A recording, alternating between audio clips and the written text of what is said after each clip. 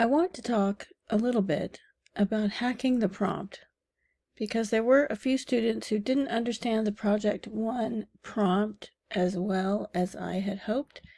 And also, I just need to train you guys to think of my prompt sheet as a roadmap, really, for getting through each essay.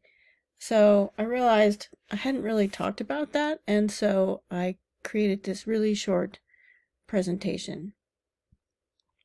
First, and this is kind of obvious, you just need to read the whole thing very, very carefully.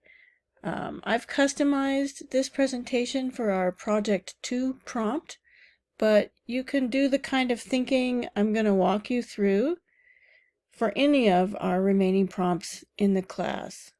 For me, I spend a lot of time writing them. I think a lot about trying to help you figure out what to write about. And so I feel like I provided you with a path if you look at the content very, very carefully. It's kind of like a secret code, I guess I would say. So I know it's a bit tedious, but I am going to read the current prompt, which says, choose a monster as your essay's main focus and address the following prompt. How does the monster reflect its society's fears and or values? You may choose a monstrous figure from the present or the past. One of our first activities for this assignment will be to brainstorm some possible topic choices. As you work on this essay, you'll need to do some simple research about the monster you choose so that you can provide readers with some background information. So I'm going to look at each of those parts carefully, which is step 2. Break it down into parts. I pulled out a couple of parts, one from the beginning of that little section and one from the end, because your first clue is just figuring out what in the world am I supposed to write about. And 2 clues jumped out at me. Choose a monster. That implies one monster as your essay's main focus. And then again, choose a monstrous figure from the present or the past. So this could be a current monster, in which case you'd be discussing current society. It could be a past monster, in which case you'd be discussing some beliefs, anxieties, or fears from the past society. Completely your choice. I don't mind. It clearly does say in this information you should choose a monster. One monster. Now, I'm willing to interpret that pretty broadly. So, for example, if you say, well, I want to write about vampires, obviously there are many different vampires in many different movies and books and television shows. But as a category, you could probably make it work for this essay. You could also be really specific and say, well, I'd like to choose a vampire from, I don't know, I can't think of anything right now. You could be very specific about it as well and choose a particular vampire character from one of your favorite movies, like Twilight, for example. The actual prompt, this is the part I put in bold. This is what you're supposed to actually discuss in the essay. So our prompt says, how does the monster reflect its society's fears and our values? So if you've already picked your monster, you want to start thinking about its underlying meaning. What does it mean for people that we're afraid of a particular type of creature or person? Many of you mentioned, for example, Yeti, Bigfoot, Medusa, many other different figures from mythology especially, which I thought was interesting in your brainstorming. But what does a society fear or value if it creates this monster? In a way, you can think of the monster as an image onto which we project our belief systems, right?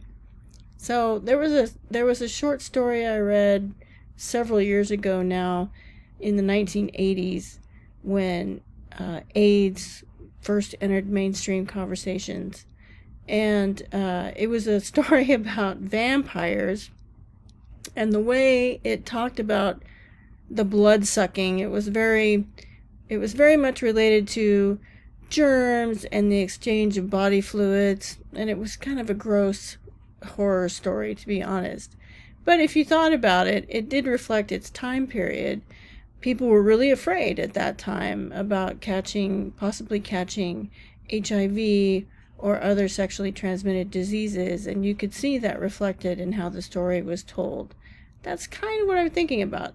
One of the examples in the article we read, Here Be Monsters, was about Godzilla, and for the person writing about it, Godzilla really reflected that 1950s society's fear of nuclear war, science gone wrong, out of control, and the ethical decisions that people have to make in order to use a weapon of such extreme mass destruction as a nuclear bomb. Okay? So that's the kind of thinking. I'm trying to get you to think a little bit deeply about this figure that you select for this paper. And then our last step is just to look closely at some of the other things the prompt may be asking you to do. For this particular prompt, it says you need to do some simple research about the monster you choose. Now, we haven't had much time in our class yet to learn about how to do research, academic style research in the library, and that wasn't really what I had in mind for this essay anyway. So for this particular essay, I think it's okay if you want to go to online encyclopedias, even Wikipedia, which I'm going to ban for the future essays in our class, but it's okay for this one. Some of you are writing about Greek mythology. You may be able to find a nice collection of Greek mythology in some online encyclopedia. That's okay. You could even do a Google search.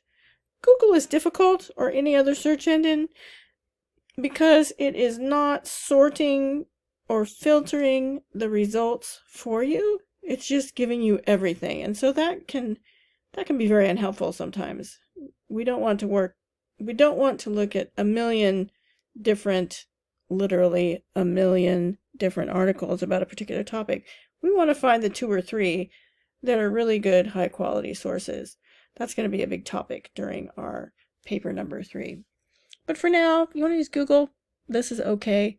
You can go to Scholar Google and get a slightly better selection, but it's up to you. I'm going to interpret good research in a pretty broad fashion for this particular essay. So I hope this helps you think about our essay that's coming up. Please ask if you have any questions or need clarification about anything I have discussed.